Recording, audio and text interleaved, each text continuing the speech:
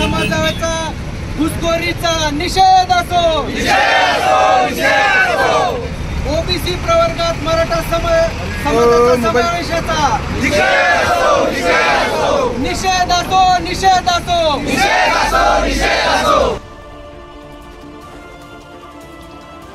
जालना जिल्ह्यात ओबीसी समाजाचा सरकारविरोधात तीव्र संताप। मराठा समाजांच्या मागण्यांना ओबीसींचा ठाम विरोध।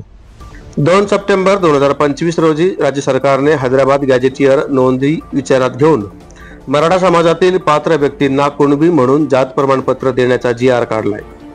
सरकारच्या या निर्णयामुळे ओबीसी प्रवर्गात छुप्या घुसखोरीचा मार्ग मोकळा झाला असल्याचा आरोप ओबीसी भटके विमुक्त समाजाने केला आहे।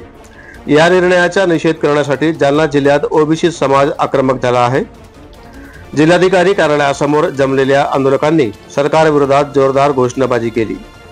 मनोज जरांगे पाटील यांच्या मागण्यांवरून काढलेला शासन निर्णय आंदोलकांनी फाडून पायदळी तोडवला। यानंतर जिल्हाधिकारी यांच्या दालनामध्ये ठिय्या देत सरकारविरोधी घोषणांनी परिसर दणाणून गेला।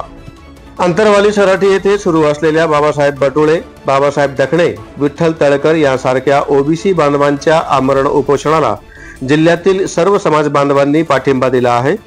ओबीसी समाजाने सरकारला स्पष्ट इशारा दिला आहे की हा GR तात्काळ मागे घेतला नाही तर आंदोलन आणखी तीव्र होईल। यानंतर जालन्यात ओबीसी समाजाचा आक्रोश उसळलाय। जरांगे पाटलांच्या मागण्या मान्य करणाऱ्या सरकारच्या GRचा निषेध व्यक्त करत ओबीसी समाजाने ठिय्या आंदोलन पेटवलंय। सरकारच्या या निर्णयावरून राज्यभरात संतापाची लाट उसळली असून यावेळी ओबीसी प्रमुख नेत्यांसह पदाधिकारी व कार्यकर्त्यांची मोठ्या संख्येने उपस्थिती होती। याबाबत ओबीसी नेते नवनाथ वाघमारे यांनी माध्यमांशी संवाद साधलाय। बघूया ते काय म्हणाले। खरं तर जिल्हाधिकारी यांचं भावना राज्य शासनापर्यंत पोहोचवण्याचं काम असतं। आज आमच्या ह्या प्राथमिक स्वरूपामध्ये आज आम्ही जालना जिल्हाधिकारी अमिषा मित्तल यांना निवेदन दिलेलं आहे। खरं तर ओबीसी समाजाच्या भावना अतिशय तीव्र झाल्यात, कारण की ज्या राज्य सरकारच्या प्रमुखांनी गेल्या 8 दिवसापासून सांगितलं ओबीसी आमचा DNA अनेक दिवसापासून म्हणत आले आणि गेल्या 8 दिवसापासून सांगतात ओबीसीच्या आरक्षणाला आम्ही धक्का न लावता आम्ही मराठ्यांना वेगळं आरक्षण देऊ, परंतु ओबीसीला धक्का नाही, ओबीसीच्या पाठीत लाद घातलेली आहे आणि ओबीसी समाजाने आता जागं झालं पाहिजे। आपण कोणावर विश्वास ठेवायला लागलोय हे सुद्धा याचं भान ठेवलं पाहिजे, कारण आजपर्यंत देवेंद्र फडणवीस यांच्यावर ओबीसी समाजाने विश्वास ठेवला। वारंवार त्यांनी सांगितलं ओबीसी आमचा DNA, ओबीसीची भाषा करतोय म्हणून मला टार्गेट केलं जातं। म्हणजे तुम्ही ओबीसींना गोड बोलता आणि ओबीसींच्या विरोधात निर्णय घेण्याचं काम केलंय। जो 3ऱ्या क्रमांकाचा जो मुद्दा आहे तो अतिशय ओबीसीसाठी घातक आहे। मराठवाड्यात एकही गाव असं राहणार नाही की त्या गावात पूर्णची पूर्ण मराठे कुणबी होऊन जाणार आहेत आणि मराठवाड्यामधील पूर्ण मराठे कुणबी झाले तर ओबीसींचं 56,000च्या जागा राज्यामध्ये जागा आहे स्थानिक स्वराज्य संस्थेच्या, तर यामध्ये मराठवाडा त्या स्थानिक स्वराज्य संस्थेत जाण्यापासून मुकणार आहे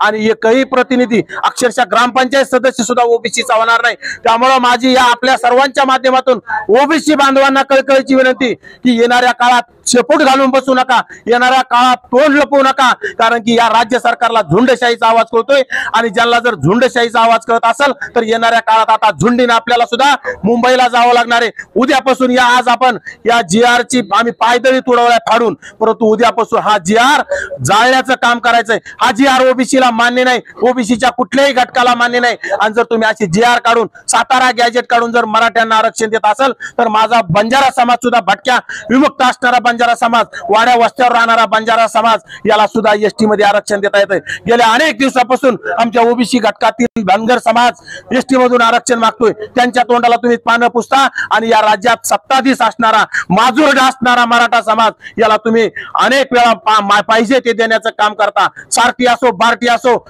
महाज्योती असो, फक्त तुम्ही या 3 पैकी सारथीला न्याय देण्याचं काम करता। आणि आता जर तुम्ही मागच्या एकनाथ शिंदे यांनी ओबीसींच्या पाठीत खंजीर खुपसून 58 ते 59 लाख बोगस कुणबी प्रमाणपत्र वाटण्याचं काम केलं आणि त्यातून ओबीसीचं आरक्षण कुठेतरी थोडंफार राहिलं होतं, परंतु आता या राज्याच्या मुख्यमंत्र्यांनी देवेंद्र फडणवीसांनी हे पूर्ण आरक्षण संपवलेलं आहे। हे कदापि ओबीसी सहन करणार नाही। आजपर्यंत तुम्हाला आम्ही डोक्यावर घेतलं, आजपर्यंत तुम्हाला आम्ही सत्तेत पाठवलं, परंतु येणाऱ्या काळात मोर्चे तुम्हाला पाहायला मिळतील। 12% मराठा समाजाला तुम्ही दबत असाल तर 54% ओबीसी काय आहे हे येणाऱ्या काळात तुम्हाला पाहायला मिळेल आणि ते मुंबईत येऊन जर झुंडशाही करत असतील, आम्ही सुद्धा मुंबईत येऊन झुंडशाही निर्माण करू आणि सरकारला पळो की सळो करू आणि येणाऱ्या काळात या राज्य सरकारला पाय उतार केल्याशिवाय आम्ही स्वस्थ बसणार नाही. बबनराव तायवाडेने जे आहे ते समर्थन दिलेले, मग ओबीसी मध्ये मतभेद वाटत नाही का?